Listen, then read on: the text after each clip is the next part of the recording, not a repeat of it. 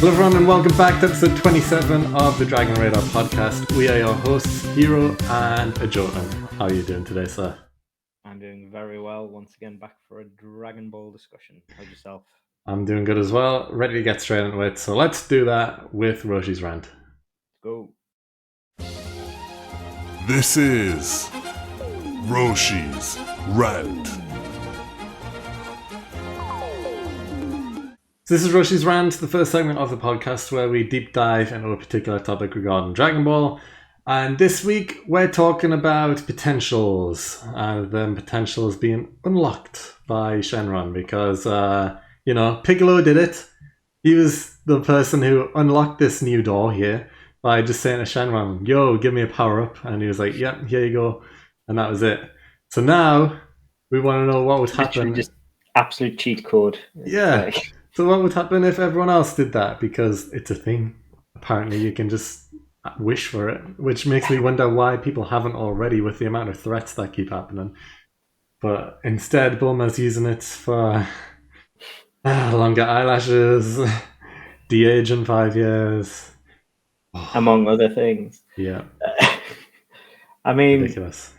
He's literally, like we've discussed before, he's literally gone from a mid-tier fighter to one of the strongest, and according to some on the internet, to what some people believe on the internet, arguably the strongest fighter in the Dragon team now, which I'll be honest, I can't agree. I can't get on board with by any means, but I would be happy at best to say he's maybe on par with the Saiyan Blue. Maybe. Yeah, it's maybe. Just I've seen some Kaioken 20s and stuff like that, and I'm just like, no. I can't agree with that. That's too much. But as far as everyone else goes, that's a different discussion. Yeah. But the thing is, the point of the matter is, he wished it, and he got that high. He did. So the fact is, can the others ask for the same? Yeah, pretty much, because we have Krillin, Master Roshi, Yamcha, Tien, Chaozu potentially as well. Let's throw him in there.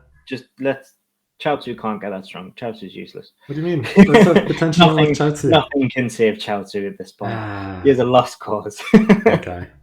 But there's a lot of people within the Z Warriors who, could benefit from a power potential unleashed. So the one that interests me most, which I want to start with, is Krillin, actually. Because he's already had his potential unlocked by Grand Elder Guru. And it makes me wonder, is that it? Is that as high as he can go? Because that is a potential unlock. If Shenron's just doing the same thing, because, Shenron is created by the Namekians, and Namekian gave Krillin that potential unlock, is that as high as humans can go? It's interesting. But Gohan's had lots of potentials. Yeah. Yeah. You have to remember that it's like all TV shows, things like potentials and whatnot are mere plot devices. Pretty much. Yeah. I mean, we had King Arthur's sword when it came to Gohan and the Buu Saga. Yep. Like, that was just another form of potential by a different name, really. But it was still basically unlocking his potential. He's basically, Gohan's had it done twice, so there's zero reason that Krillin can't have it done twice. It's just a slightly different way of doing it. Yeah. This time he's not had an old green dude put his hand on his head. He's having a giant dragon do it instead. So I don't really see a massive reason why Shenron couldn't do it, because it's not an elder Namekian doing it. They could literally Dende poured some water on and made on the dragon statue, and it was suddenly stronger. Like, there's literally no reason within the law why they couldn't have said it's allowed Shenron to make them stronger. Yeah, I agree. It's making me think though, like, for Krillin, I guess, since we are starting with him, what would it look like? Because with Piccolo, we got a full new form. Gohan technically kind of got a new form. We'll call it Ultimate Gohan because that is the one he got from the Elder, well, the Kais, I guess, when his potential was unlocked further. Um, Krillin didn't change when he got his potential unlocked by Guru. So, would he change appearance? I think just because he's human, it really limits what they can do. Mm. But I mean, you could look at that, but also when Goku got Kaioken, he hadn't changed into Super Saiyan or anything like Yeah. that. It wasn't like a Super Saiyan transformation, but it was a power up He that he turned red. utilized. So he still, yeah. So basically, he still gains an aura and everything like that that he utilizes. So they can still gain like auras and everything like that. They don't have to be like Super Saiyan transformations to be able to gain these visible auras. This is true. I guess they would need something though to stand out from their normal forms because none of the humans on the show ever change, no matter how strong they get. Well, that's the thing; they've always been a lesser to the Saiyans, so they've never taken a star role ever at any point. And I think this is their opportunity. And I think this is where they can embrace the auras and things like that. And I think this is where you could start introducing these things for them, just like doing the things like, I know I've said the Kaioken, but that's the perfect sort of thing to start using for them, where it's like you get these power up auras, like when Gohan went Ultimate and things like that. It was just a white aura, basically. Wasn't it? Like it didn't look anything amazing, but it was a demonstration of his power, and it showed you that okay, he's powered up at the minute, and things like that. And I think that's a good, and I don't see anything wrong with that. It shows you when they're powering up, and I don't see why humans wouldn't be able to do that. There's no reason for them not to be able to do that. And I mean, and I think that would be perfectly fine. And I think these are the opportunities because it would also make sense because when Piccolo got his power up, that's what happened. He changed. So these guys getting an aura at least, yeah, they may not change. Then at least getting something. Imagine if Krillin's potential unlocked was that he just got a nose and now he has the power of smell. He's unlocked his sixth sense. Well, his fifth sense, I guess. He has 5 already. But I mean, imagine if you did something with Tien where it was like it's something to do with further unlocking like his third eye or something like that. They actually did something with that. Yeah, because like where Tien's, they actually acknowledged it for once. He also, like, the dude has a third eye. Yeah, he also has the form where he has 4 arms as well, which he never hardly uses. It's like that could be full control over that 4 arms, 3 eye Tien. Let's go wild with that. He's the one that stood out the most to me, where I thought, yeah, they could do something with him. But it's like you see the human. How many humans have genuinely just chilling about with 3 eyes? It's not a human trait. I'm sorry. It's not. Like they should do something with that, and they should like they could so embrace that they could unlock his potential, and then they could say like they could use that to say like give him heightened senses and stuff like that, and they could allow that to so that he can make it so much harder to hit him, increase his dodge speed and stuff like that, or make him a faster striker and things like that. Like it just makes sense. Or like you can see into the power of ki blasting, so he's better with ki and things like that. So he has more powerful blast because like he showed you in the Cell Saga that he was really powerful. Tien for me is the most interesting of the 3 human fighters, like 4 human fighters, including Roshi, I guess. Just because he already has a lot of interesting and unique techniques that the others don't. Like you mentioned, the third eye, which never ever comes into play. Like nothing has ever been done about that. He's got a third eye, which benefits him rarely, if at all. And then his other forms, like he's got the the form split technique where he can multiply himself, similar to Piccolo. He has the four arms, which is great as well, which he doesn't use enough. He's got a lot of attacks as well, which are great in their own right, and it's just like he does train. He trains probably just as much as Piccolo, to be honest. He has his own dojo. He's constantly training, and he isn't strong. He is nowhere near on the level of anyone anymore, just because he is human. So he was the meme of the Tournament of Power, really. yeah, Like everybody memed on him during the Tournament of Power. Like it was like, oh, you got rid of one guy. Well done. That's it. Like yeah, nobody really wanted him there.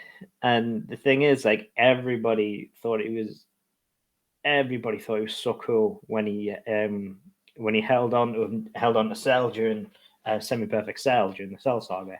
Everybody thought it was one of the coolest moments of the Cell Saga because he was just absolutely flexed on him, just this little human. yeah. And that's the point. He was literally just a human. Like Team Four Star literally made a whole thing of it. Yeah. Because literally it was just, yet he held him for, and I think somebody worked it out or something, and it was like apparently like in the grand scheme that it was supposed to be for like hours, like that he was actually doing that for, like how long he actually held him for. There's potential because this is when Vegeta and Trunks were in the hyperbolic time chamber. Yeah. Yeah. So it could have been hours, yeah. That's right. Yeah. And it was like I think I saw somewhere that apparently he was actually doing that for hours before he actually passed out, which is impressive. So it wasn't just a couple of minutes. Yeah. Honestly, the anime is not going to imagine like the full length of the Frieza Goku fight, but it's just Tien doing that one move over and over again. Yeah. So that lasts like a couple of minutes in the anime, and it's actually relative to hours. Yeah. Whereas Frieza and Goku is a couple of episodes. And it's supposed to only be 5 minutes. Yeah. Logic.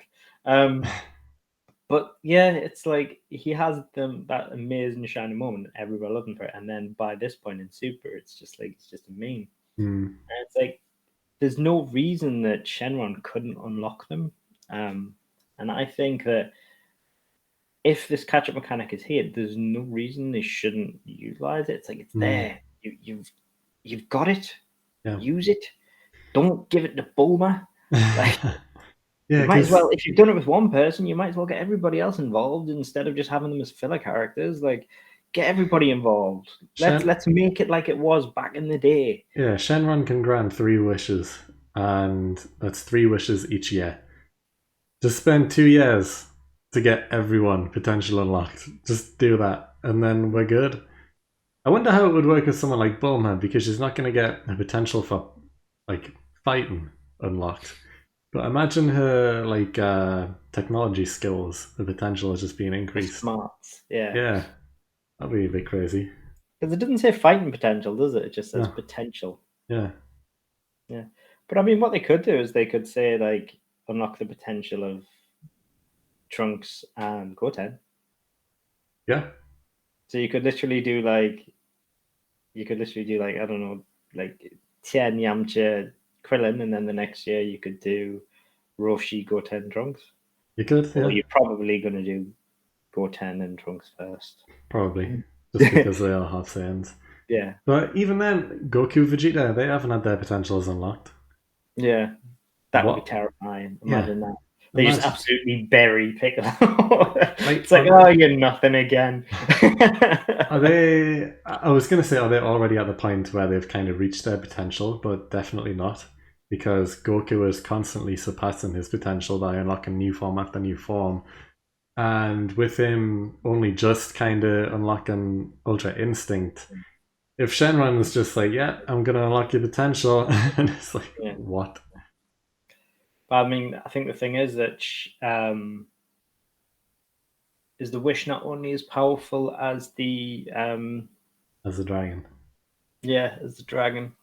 So I think Goku and Vegeta are basically just too powerful by this point.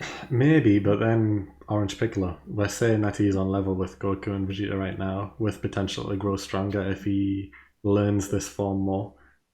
True, but I think maybe there's probably a ceiling. There will be, because Goku and Vegeta are just going to get stronger and stronger because they are the main two characters, I guess. Um, but yeah, for others, like Yamcha, let's take him. The thing is, He's would he want to come back? want I to be a think if he fighter. saw an opportunity, I think if he saw an opportunity to come back, I think he'd dive on it.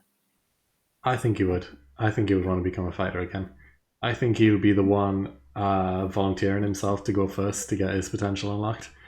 Just because we've seen in the Tournament of Power, he was waiting to be asked by everyone. He was waiting, waiting, waiting, and no one did. So he's probably feeling it right now, like, everyone thinks I'm a joke. No one wants to, no one thinks I'm strong anymore. Let me prove it. I'll get my potential unlocked next. And yeah, that'll be interesting to see.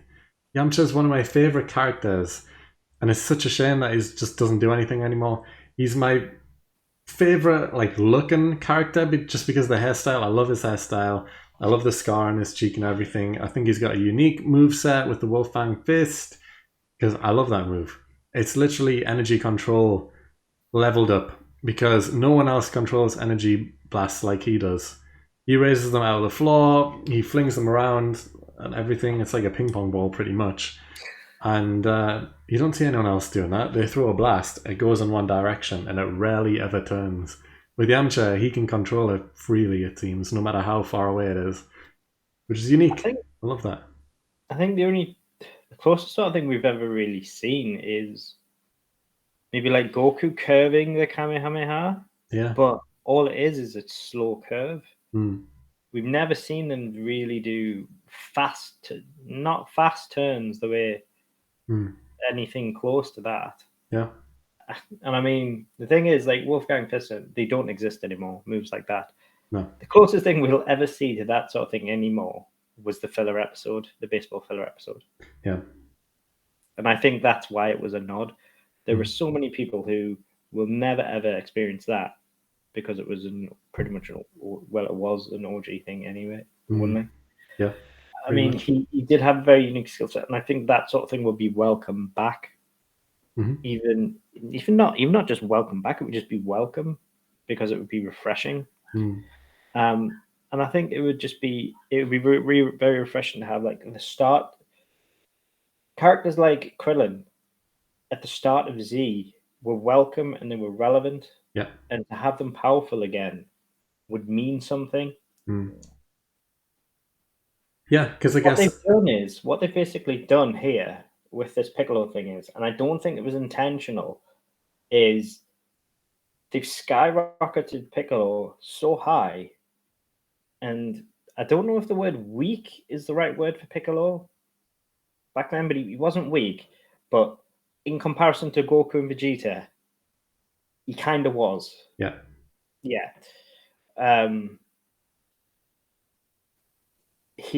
They've unlocked the doors to bring up everybody else very quickly, very easily. So they could basically bring up such a catch-up mechanic that they can basically almost reset it to how things were in Z at the Saiyan Saga. So that you have everybody relatively close, but you still have your main characters as your main characters. Yeah, I guess so. Everybody is relevant in some capacity. Yeah. Whereas you don't just have side characters all the time. That's a really good point, actually, because I guess, especially in the Saiyan Saga at the start, I guess, Nappa was kind of bodying everyone one by one, but everyone put up a decent fight for the most part. And it was only, Piccolo and Goku were the only ones who had any sort of chance in beating them realistically. But even then, Piccolo was getting beat and did die because of Nappa as well. So it's like, having everyone on par with each other would be decent. How many episodes did we have of the Saiyan Saga with no Goku, yet it was still very, very entertaining? Yeah, just because all of these characters are cool characters, they're fun characters, and I think that's one of the things about Super, which I understand why they've done it, but also I'm not sure if I'm the biggest fan of it. But they introduce a lot of characters, a hell of a lot of new characters. They introduce universes full of new characters, and I get it. They want to make new characters. They want to have new toys on shelves. They want a lot of sales, all that stuff. Because people can get bored of the originals, and that makes sense. That's why Pokemon, every few years they release 150 new Pokemon, just because they want people to buy the games and stuff. But with Dragon Ball, they've had these characters for such a long time. They wanted to introduce new ones, and the old ones kind of just got pushed to the side, which is a shame. But yeah, the point you made about the Saiyan saga, especially, I completely agree. I love that when everyone is kind of equal. Yes, Goku was the savior, the one stronger than everyone. That's fine. If you keep Goku and Vegeta just that level ahead, but everyone else kind of catches up to the level below, I wouldn't be mad. But also, are we ever going to get to a point where there's going to be minor villains anymore? Because I can't see that happening. I think we're just going to go from major villain to major villain to major villain, and there's never going to be a threat that is strong enough for like Krillin to sort out by himself. We're never going to see that. It's just going to be like, Goku, kill him, okay, and then that's it. Because if you'd had that where they were all that level and they were all pretty close, but obviously you still had your Goku and Vegeta, that obviously stronger. Then when you went in with Tien and Krillin and that into the Tournament of Power, their fights and everything would have been so much more interesting, because you wouldn't have just been sitting waiting for them to be eliminated. Yeah. Because that's all that was happening. You were waiting for Krillin and Tien to be eliminated in the most bitch-like way possible, which, guess what happened? They both went out like absolute little bitches. Which they did. Like, Krillin wasn't paying attention and he just got knocked out like by Frost, and Tien knocked out one person.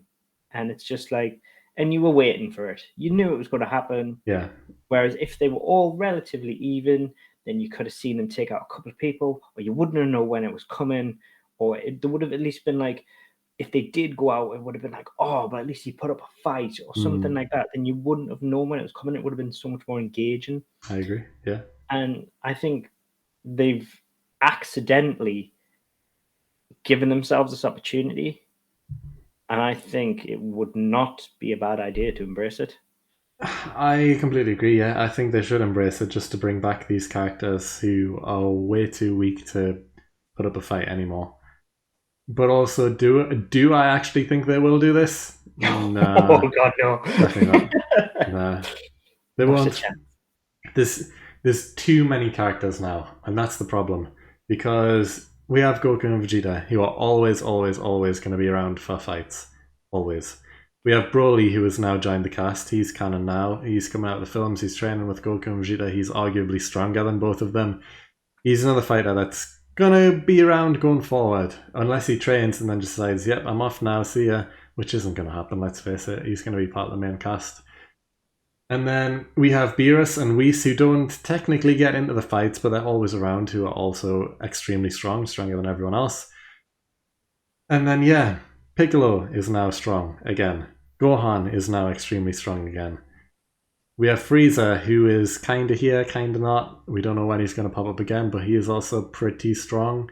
Android 17 got a massive power increase for the Tournament of Power somehow, just from protecting an island full of animals. How did that happen? Who knows? But he's also extremely strong. So everyone else, it's just like, that's already like, how many people did I just name there? Like 6, 7? How many more people do you really need around for a fight?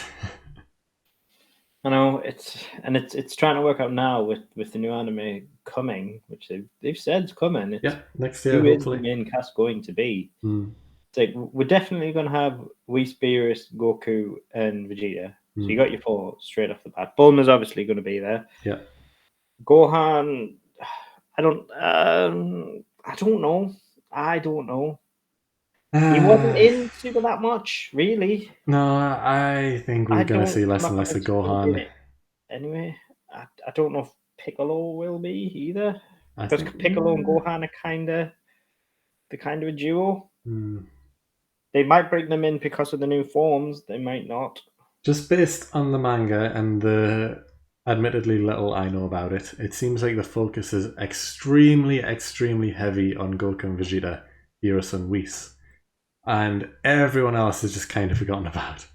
So it's if that is how things go, and it's just okay, it's the story of Goku and Vegeta now fighting aliens from different galaxies constantly. Everyone else is getting left behind, and I don't think I like that. I don't want that to be the case.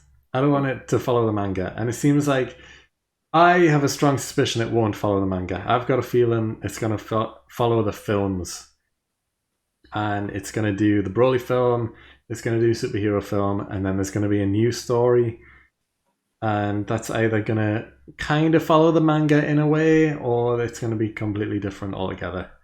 And that's how I see it going, because I don't think you can have Dragon Ball going forward with just Goku and Vegeta. No, it'd be too many. People are not going to be happy. No, but people are not going to be happy about that.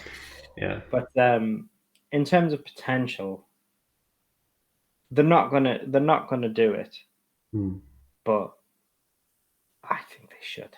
Yeah, I think they should as well. It would be good to see. There's so many things they could do. Imagine if they gave it to Koran. Koran potential unlocked. Imagine how many sensu beans they'll be getting out of him daily. Wow. It's pure farming. Yeah.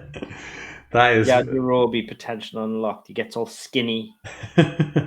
He becomes a better swordsman than Trunks. Wow. Just absolutely takes him down. These are the potential unlocks I want to see. But anyway, I think we've spoken about this enough now. So yeah, let's wrap that up there. And let's move on now to the Hall of Fame. Let's go. And now it is time for the Hall of Fame. And now it's time for the Hall of Fame, where myself and Heeroh battle it out to see who's most worthy for this week's Hall of Fame. Mm-hmm. Last week, it was who's most deserving of a transformation. Self chose Mastered Ultra Instinct Beerus, and Heeroh, you chose Controlled Fury Broly. I did indeed. And you have the results. I do, and the winner, with 76% of the vote, is Controlled Fury Broly. He enters the Hall of Fame. He is the one who deserves the next transformation. And yes, that puts me on a 2 streak. Bringing it back. It won't last. It won't last. We'll see. But what is the topic this week? This week, it is which villain deserved better? Mm-hmm. So, who did the writers do dirty? Yeah. Now, as the winner, you get to go first, of course. I do get to go first. And I had to have a think about this one, because I don't think there's a massively obvious answer, personally. no, I don't either. A couple of choices, I think, but I Yeah. don't think there's one that's 100%. There's definitely a couple of choices, and there's a couple of people who came to mind for me as well. But the more I thought about it, I was thinking about story potential that could have happened more than how they died or how long they were involved in the show for, that type of thing. I was thinking actual story potential. And the person I went with is Raditz. Is my pick. So. God, of course it was. Why is that? Was that your pick? Maybe. All right. Well. All right, I'm back up. Do you? Okay, that's good. But yeah, I picked Raditz because he only appears in 6 episodes. Only 6. From episode 1 of Dragon Ball Z to episode 6 of Dragon Ball Z, which is ridiculous. In Dragon Ball Kai, he only appears in the first 3 episodes. Only 3? Yeah. Wow.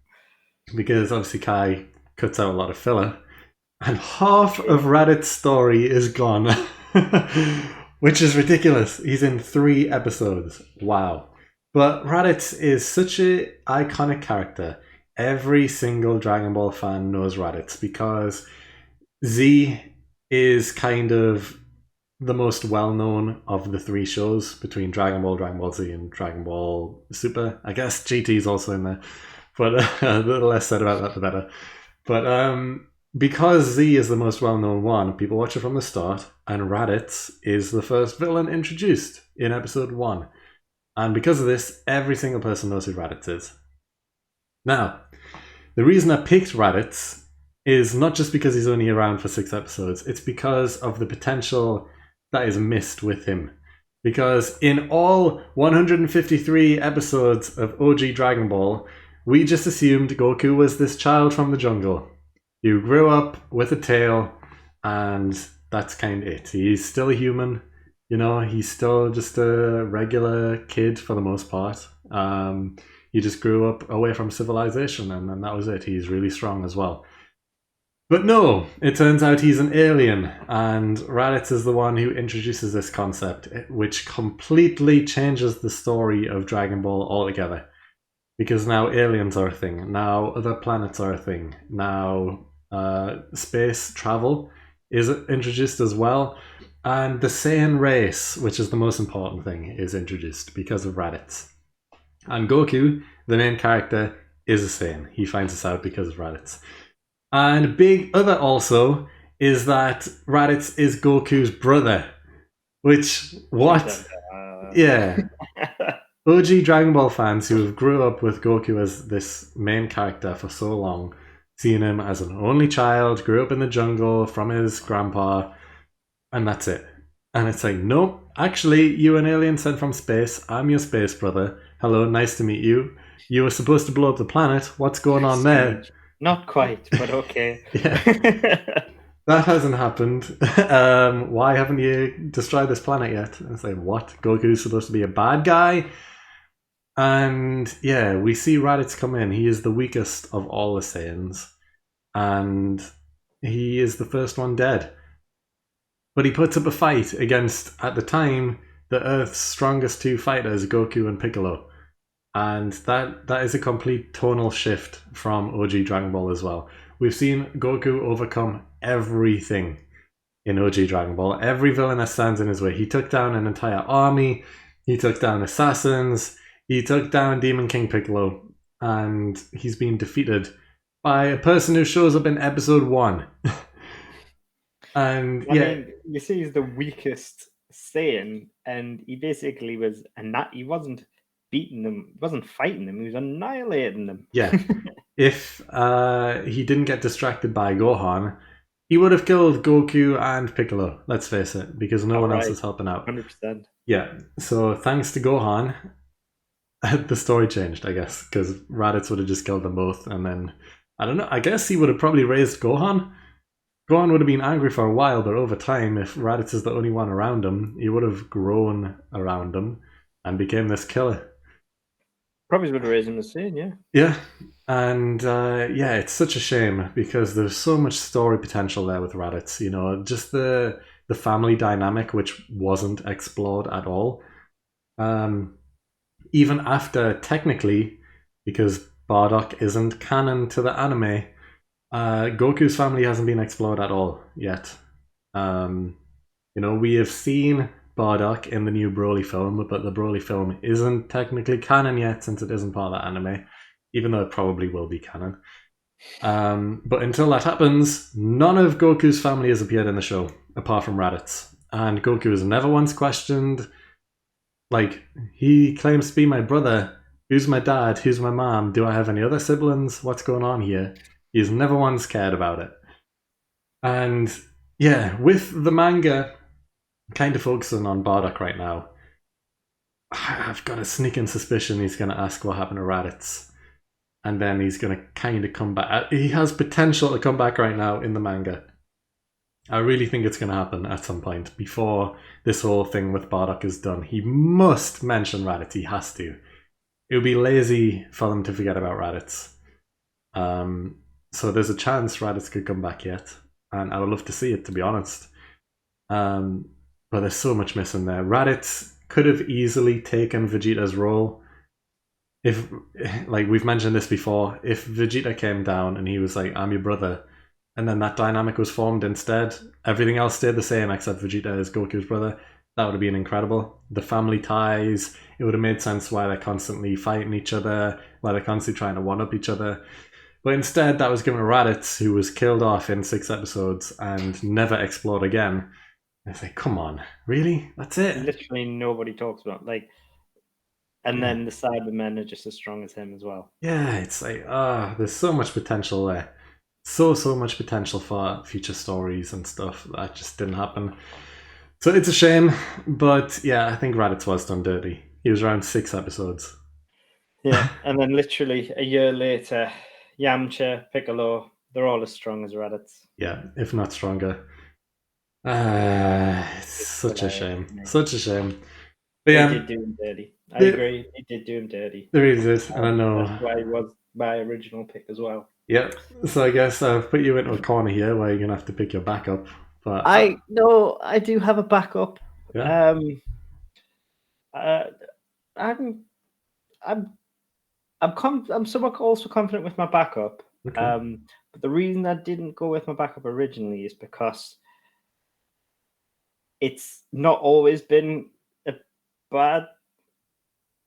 It's because they're an amazing character, and it's just of late things have gone a bit poor. Okay, I'm interested now because I had a backup as well, but the more you're already hinting at here, it makes me think it's someone else. So, our greatest villain of all of Dragon Ball, who has gone from being the great Lord Mighty Frieza, who has now become basically Team Rocket blasting off again. Basically, Frieza is now Team Rocket. Yeah. Because of all that happens is it tries to come back, tries to beat Goku, loses, runs away. Yeah. Frieza has now become a running joke. And you basically can't say it's not the case. I know. We have talked about this before as well. It's what's happened. It's like it came back in Resurrection F. It gets panned. Resurrection F gets panned. People just talk bad about that film. Yeah. And that's Frieza. Everybody loves Frieza, but they talk dirty about that film. Like they tear it apart. And just the fact that he comes back, he wants to flex on everybody. And basically the two Saiyans just laugh in his face and absolutely rinse him to pieces. He flexes out this new golden form, and the blue gods just both tear him apart. Yeah. It's just this weird plot device that gets Goku beaten, really. Like, there is nothing to Golden Frieza in that film. Yeah. And then Vegeta, and then he just happens to blow up the planet, and that's the only reason he gets a partial win. And then turns back time, and he literally gets wiped out. Yeah. And that's it. Then he goes to hell, and he has to suffer for a while. And then he comes back again, and then it's Broly, and then he loses again. But the reason that the Broly film even happens is because he wants to be a few inches taller. Yeah. Really? So stupid. Like, that's the best they could do. That's worse than Bulma style wishes, that. It kind of is. It really, really is. Because at least with Bulma, she has a thing of, well, nothing's happening. I'm just going to use a wish just for cosmetic reasons. Which, when nothing's happening, fine. With Frieza, the Universal entire army. Yeah, and he's like, I'm just going to waste a wish to be taller when I could do literally anything else to make myself stronger and take on the Saiyans. Come on. Like, how do the writers think that he's going to flex by being a few inches taller? No, it makes no sense. He doesn't get the Dragon Balls to be a few inches taller because he has a literal Napoleon complex. If anything, he could just try and master his second form and make that golden. Why not? He is taller in that form. Yeah. So they've written into him a Napoleon complex. Yeah. They've made him worse. And not only that, he loses very badly because Broly, they literally say, here you go, Broly. Here's a chew toy for you for half an hour while we go learn fusion. Yeah. They use him as a chew toy for Broly for half an hour. Like, that is literally the only thing Frieza contributes to that film, Hmm. is to get battered. Yeah, because you would think that even Frieza would try and blow up that planet. Why not? What's keeping him from doing that? It was a last-ditch effort. Broly's fist. I guess so, yeah. To be honest, yeah. He didn't even have the time to try and blow up the planet. He's just getting absolutely battered. Yeah. And then Gogeta turns up, gets rid of Broly, and yeah, Team Rocket's blasting off again. Team Frieza's blasting off again. They took this absolute beast of a character from the Saiyans, from the Namek Saga, who is just one of anime's greatest villains, and they've made him into that. And if you can't tell me he doesn't deserve better than that, it's true. No, I get it. I get it. I do. So it's just Resurrection S is panned. He's a joke in Broly. Yeah. Like, he had these cool moments in the Tournament of Power.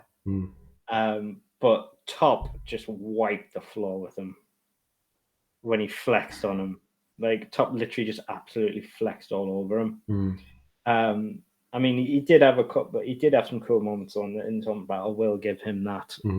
His dynamics with Goku and everything, he did have some great moments. And he had these one-liners and everything like that. There was a lot of the Frieza we knew back from then. Yeah. But from the films, good God, what did they do to him?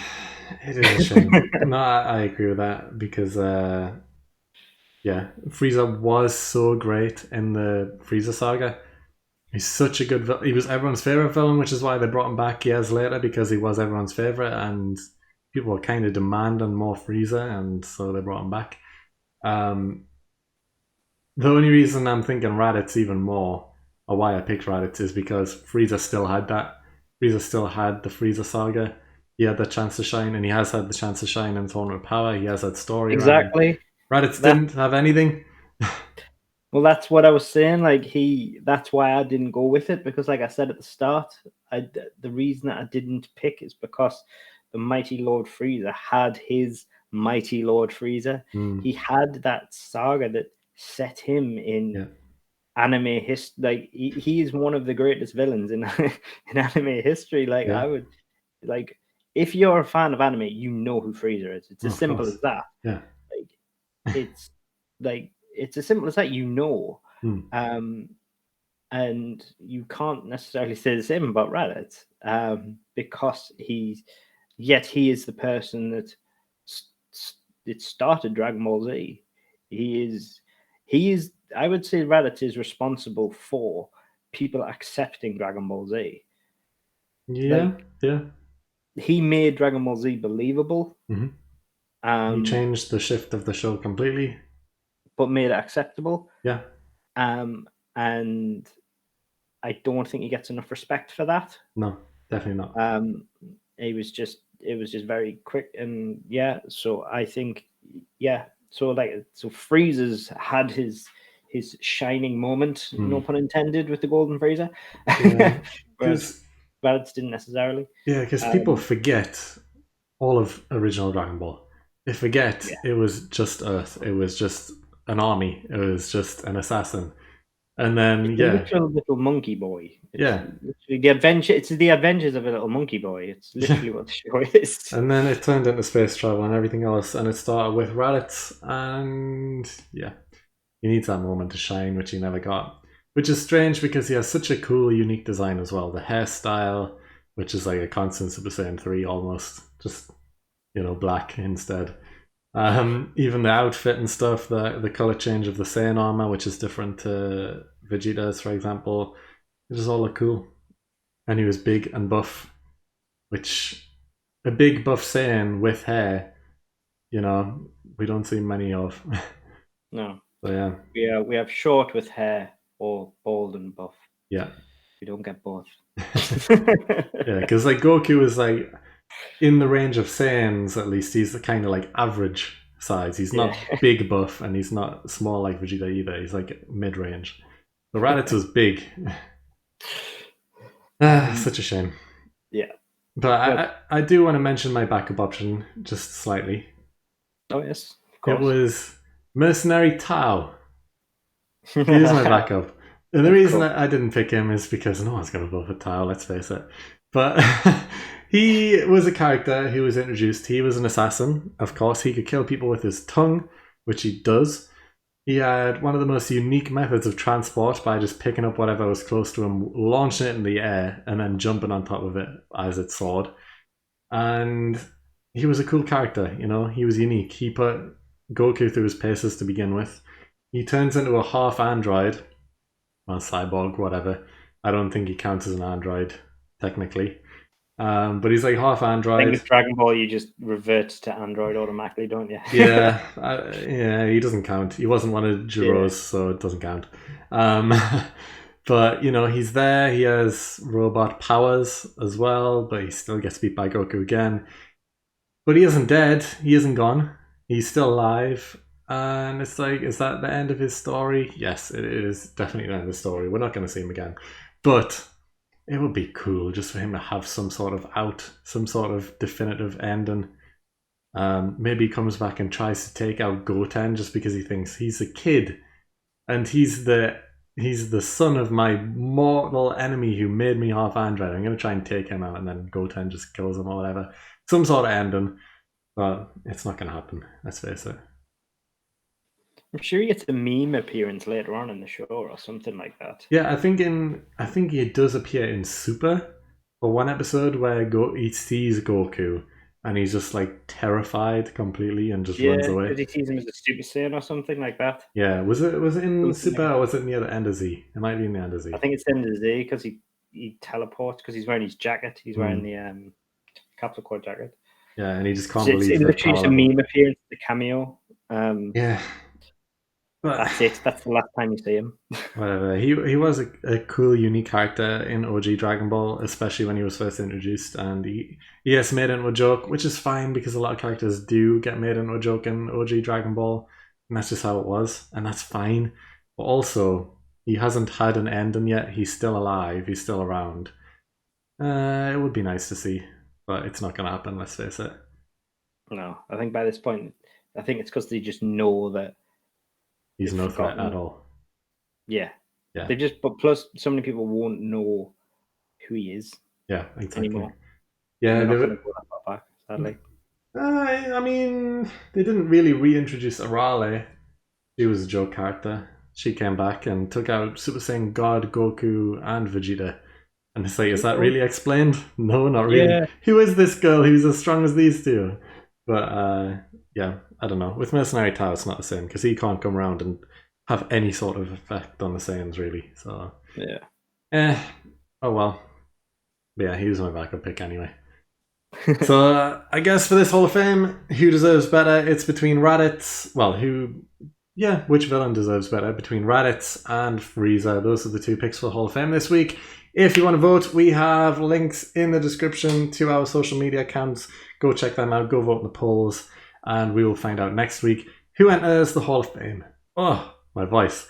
But for now, we're moving on to the hot take.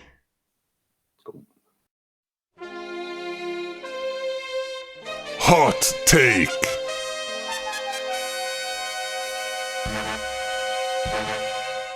This is the hot take, the final segment of the podcast where I've deep dived online to find the troll posts of the Dragon Ball community where they have trashed certain things or loved certain things that might be counted as controversial. So that's why it's called hot take, believe it or not. But yes, this week's hot take, I've been searching online and this person has written, Vegeta's family is less toxic than Goku's family. No. That is the take. So, what's your first thoughts about this?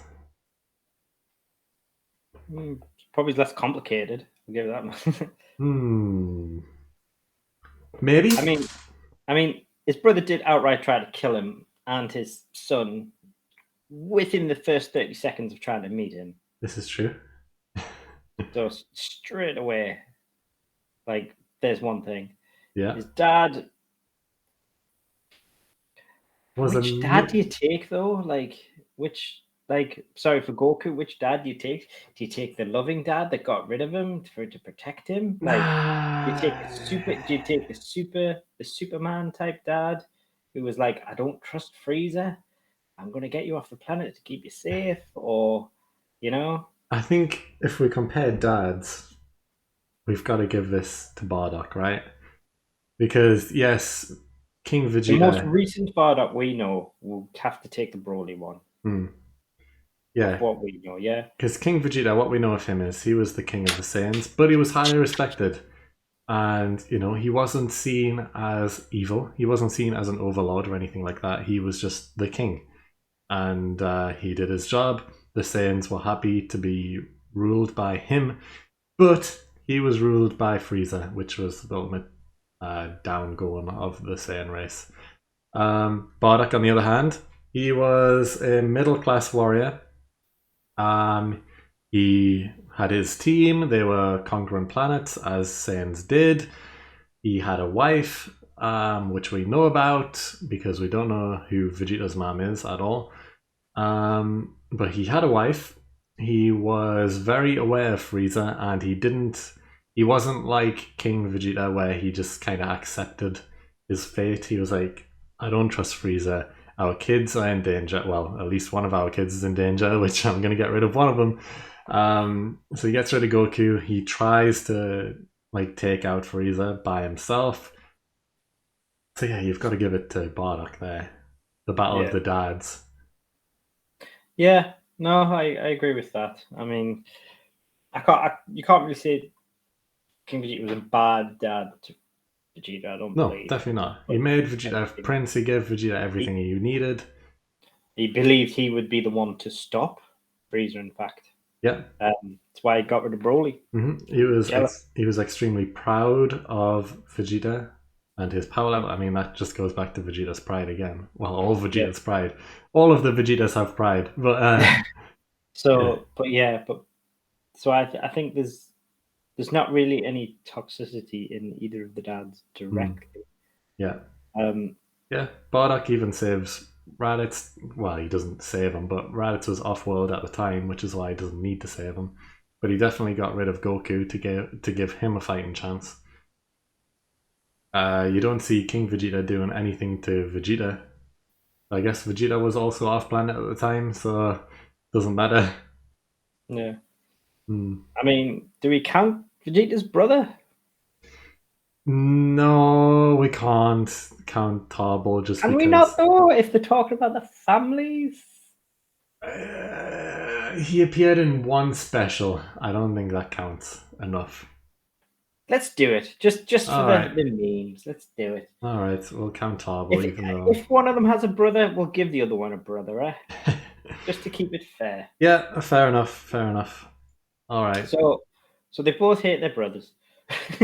Yeah. But Vegeta didn't hit his brother. This is true. Neither brother, between Tarble and Vegeta, tried to kill each other. Yeah. This is true. So Vegeta was very respectful to his brother's wife, however. Yeah. He was very respectful. Mm-hmm. He does hate his brother, though. He has no interest in his existence whatsoever. He finds him weak because he's not a fighter, which is fine. But Tarble, on the other hand, has nothing but respect for Vegeta because he was the one to be put on the throne, not him. And yeah, he just seems like Cabba, basically. Yeah, whatever. He just seems like a nice Saiyan. He definitely didn't follow along the Savage Saiyan route, which pretty much every Saiyan has. He's just a nice, normal, non-fighter Saiyan, which is unique, I guess. Yeah. He's got to be the inspiration for Cabba, hasn't he? Yeah, definitely. Yeah. Definitely. Yeah. He is the Turles to Goku Black. Yeah. He's Tarble to Cabba, yeah. Pretty much the same. Which is why I don't think he'll ever be made canon. I don't think we'll ever see him again. No, definitely not. Yeah, Raditz, on the other hand, he came to Earth with the hopes of just finding Goku. At that point, he didn't hate him. He just thought, Goku should have destroyed this planet by now. Let's go check on him. Then he finds him, realizes that nothing's happened. He realizes that he's a bit of a pushover. He cares for the people of the planet, and that's when he starts to hurt him. Well, not hurt him, but hate him. And then they fight, and then they both die together. So I think it's a given that the brother situation, the Vegeta side takes it. Yep. Yeah. Yeah, we have to give it Paul, I guess. Even yeah, we have to. Even though he's non-canon, we have to. It counts. It counts. Right. So let's move to the wives. Bulma and Chi-Chi. I'm sorry, but that's my Bulma. Yeah. Oh no. Then again, you've got the Goku Black saga. Like he did go Cali wild. He did, but Goku when he found out they died. yeah, but that's the thing that because Bulma is a fierce character who's always around, we see more of her, and we see more of Bulma and Vegeta together, whereas Chi-Chi is kind of living her own life. We don't see her around the full cast as much, and when she is, she's not the one like being involved so much. So it's hard to compare, really. Goku, I hate the fact that people say that Goku is a bad dad and he's a bad husband. He's not. We know this. He does everything that Chi-Chi says. He's running a farm, he's getting groceries, he's doing everything. He doesn't need to do this. He's Goku after all. He's like the strongest person ever of all time. And he's fetching groceries. I mean, you see he's doing the farm and stuff like that. He slacks off a lot. I mean, he does, but he's still doing it because he loves his wife. You know, he's almost scared of her, but he also respects her a lot. Doing a naff job, but okay, Yeah. I'll give you that. He obviously respects her, though. He cares for her. He's doing the things that she wants. He loves her food. Vegeta, on the other hand, up until Super, you can argue that he was worse. He was a worse husband, definitely. Actually, technically, are Vegeta and Bulma married? They had a baby. They had Trunks, but are they married? I don't think so. Some would argue it's just a piece of paper, mate. Yeah. I don't think they're actually married. I think they're just, together. Yeah. I think that if they were already married, they would have at least mentioned a marriage of some sort. Or because Bulma loves a big party, she would have had a wedding, and that hasn't happened. So I think they're just happy to be together, unmarried. Yeah, I think they must just consider it a piece of paper, mate, and they're just happy being them. Which is fine, but that's got to be a point of Goku and Chi-Chi, surely. I think a lot of people would argue against that. But I mean, Vegeta refused to go train when Bulma was pregnant. He did. But before that, he was he didn't really care, let's face it. Let's put it that way. He didn't care. He wasn't interested as much in Trunks when he only cared about Trunks' training for a split second when he found out he could go Super Saiyan, and that was only because he cared about whether or not he was stronger than Goten. We'll get back to the kids in a second, because there's a lot to talk about there. But with him and Chi-Chi specifically, I guess. Him and Bulma specifically right now. I think it's hard because Bulma is around a lot more. Yeah, that's my thing as well. I don't think you can call it. I don't think there's a clear winner either, to be honest. We'll count that one up to a tie. So right now it's 1-1 each with a tie. So let's go on to kids, relationship with kids. Now obviously Goku has 2 kids. Vegeta has 1. But he has 2. Huh? Vegeta has 2 kids. Am I missing something here? Bulla? Yes. Yeah, but let's. Wow. I mean, yeah, okay, fine. But we never ever see Bulla anything. I don't think Vegeta's ever done anything with Bulla ever. Well, it was the fact. Well, it was my last point that he refused to go train because he wouldn't leave Yeah, Bulma that's true. because she was pregnant. He Which- refused to train. Which is a good like point. it didn't like it was to, and it was to do with the was it linked to the tournament of power as well? Because Whis was like, you are coming, like, because that's why they hurried it along. That's why they hurried the pregnancy along. So like it didn't matter what was going on in the world, in the universe, he would not leave Bulma. Yeah, I think that's a point for Vegeta and Bulma. I get that's the thing though. We can't really. That's why I kind of forgot about Bulma, because Vegeta hasn't done anything with her yet. She's a very, very new character. We haven't seen any sort of relationship. But with Trunks, he wasn't interested in Trunks for a long time to begin with. Mm-hmm. It was only, like you said, when he turned Super Saiyan, and then it was like a competition, like, are you stronger than Goten? Well, we're gonna make you. That type of thing.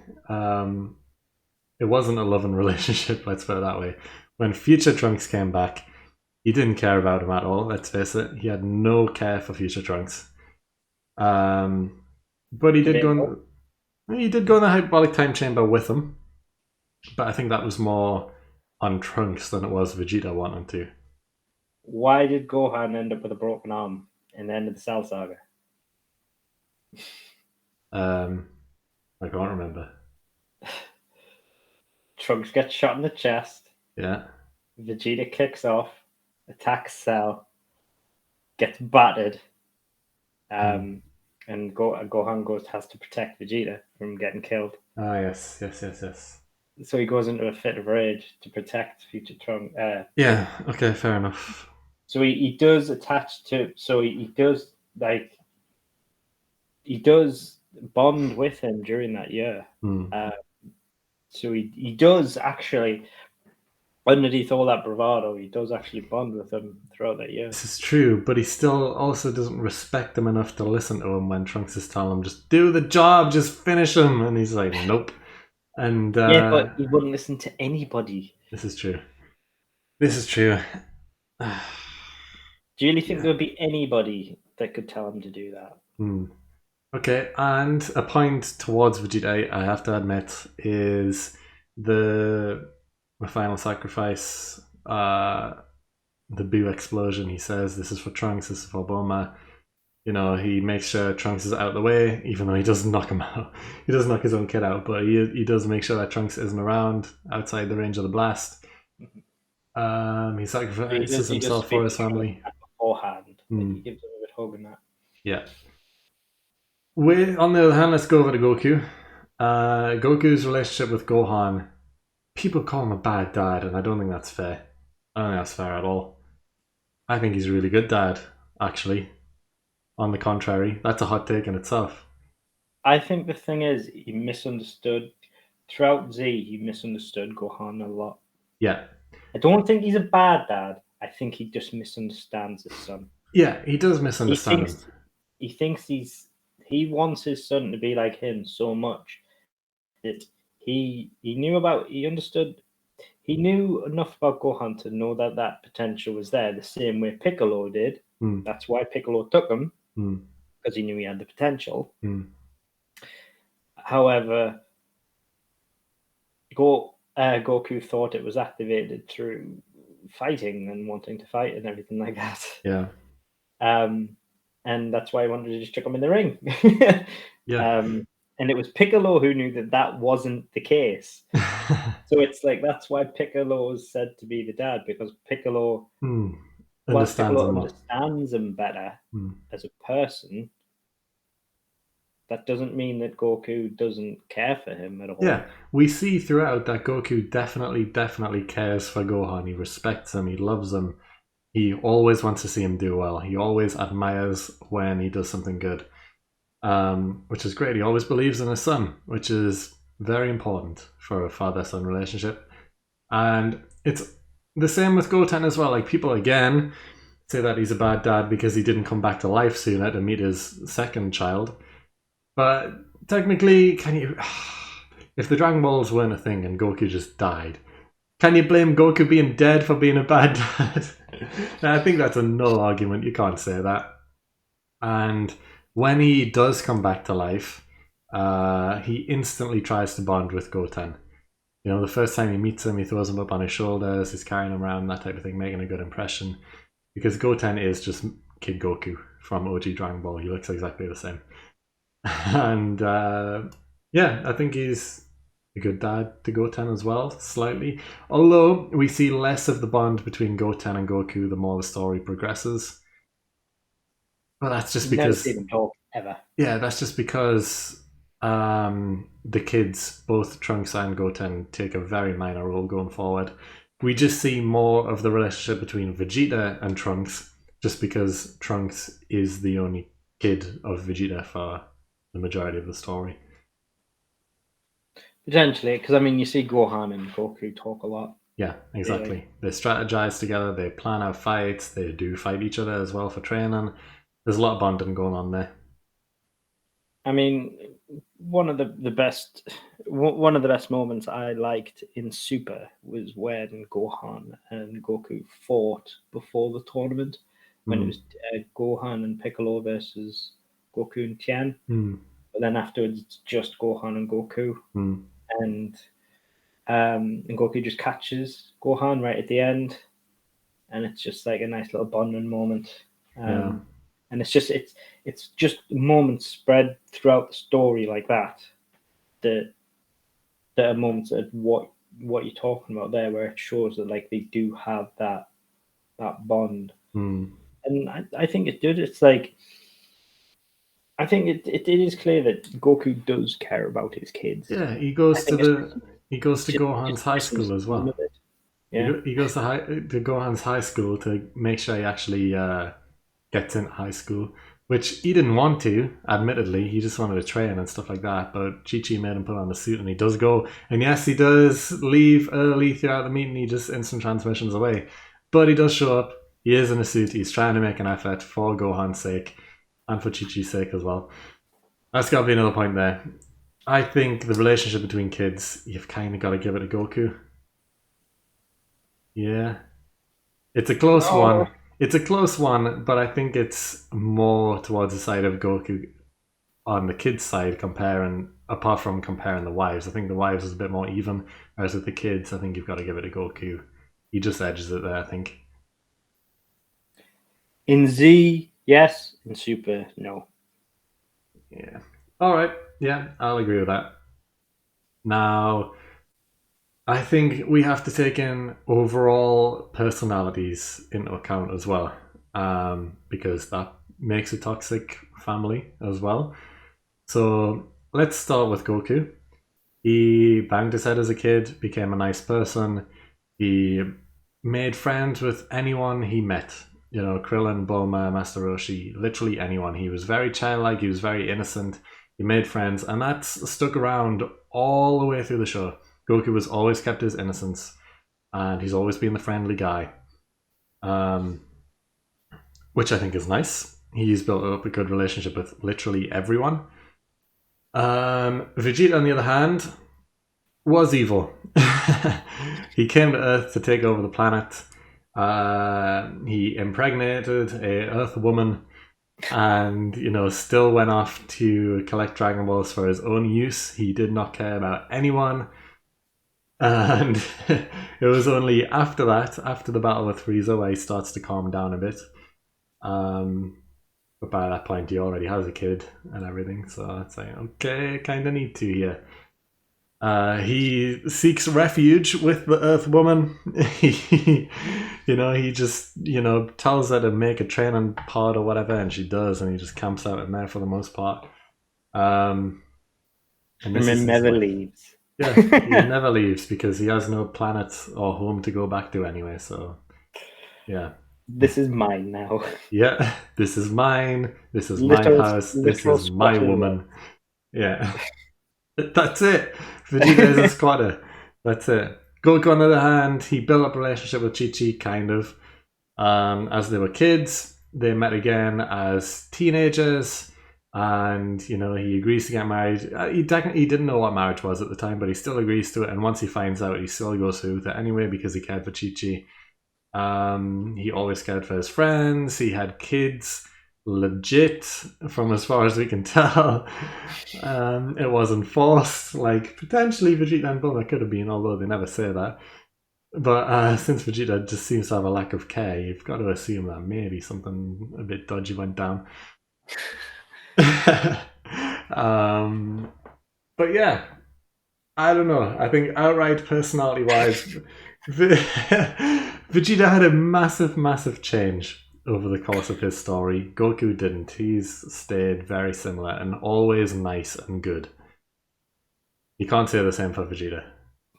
I think as friendly as Goku is, he's a very selfish person. I think I think basically when you're looking at these two people, Goku is he's a happy-go-lucky person, but he's very selfish and ignorant. Vegeta is just mean. Mean person. Yeah. And it's basically which is worse. Because Vegeta has softened up a lot in Super, but he's still very mean. Yeah. And that's the thing. I think if you're a person and you knew two people with the personalities of Goku and Vegeta, who would you be closer to? And I think most people would be closer to Goku just because of his friendliness. Like, being around a Vegeta character for long enough who's constantly mean, who constantly cares more about themselves and trying to better themselves, doesn't care about anyone really for the most part. He doesn't care about friends, let's put it that way. He sees Goku as a rival. If not, I mean, I'll be honest, I don't know how Bulma doesn't smoke.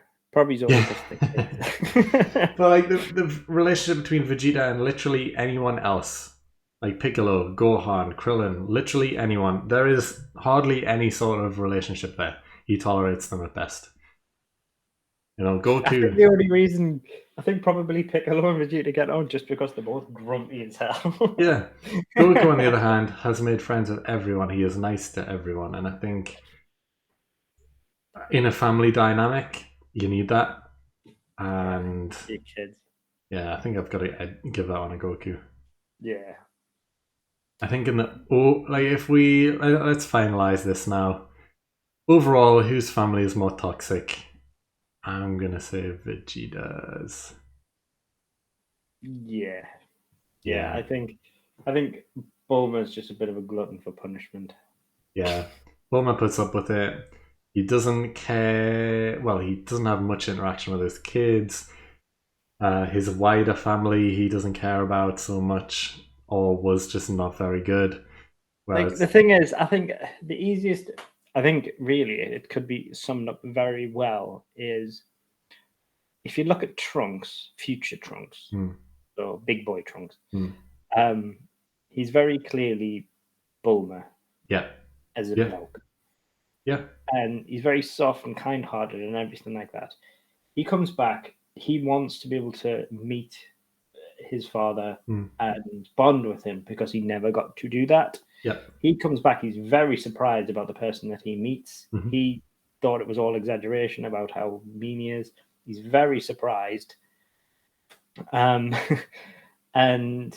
that just kind of proves it, that he was warned. He didn't really believe it. And the kind-hearted, basically male Bulma that he is gets his hopes dashed. And that just goes to prove it. And if you've done the same thing, if you've had the same person come back and meet Goku, they'll be happy. Yes, I'm so happy on my dad. Nice to meet you, that type of thing. Instant bond. Yeah, like you wouldn't get lots of attention because he'd be all over the place, like getting ignored. But at least when you do get to meet, like, yeah, you get ignored a bit, but it wouldn't be as emotionally damaging. Yeah. People wouldn't have had a bad word to say about Goku. You know? I think they'd say like they wouldn't necessarily say negative things about him because he is Nice. a selfish person. Yeah.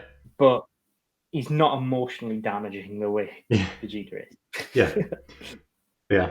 I think Vegeta wins the Toxic Family Award. Yeah. Yeah. So because obviously, like Bulma, basically Trunks would have went back to the future and back to Bulma and went like, "Oh my god, you weren't kidding!" Exactly. Like, what the hell? Yeah.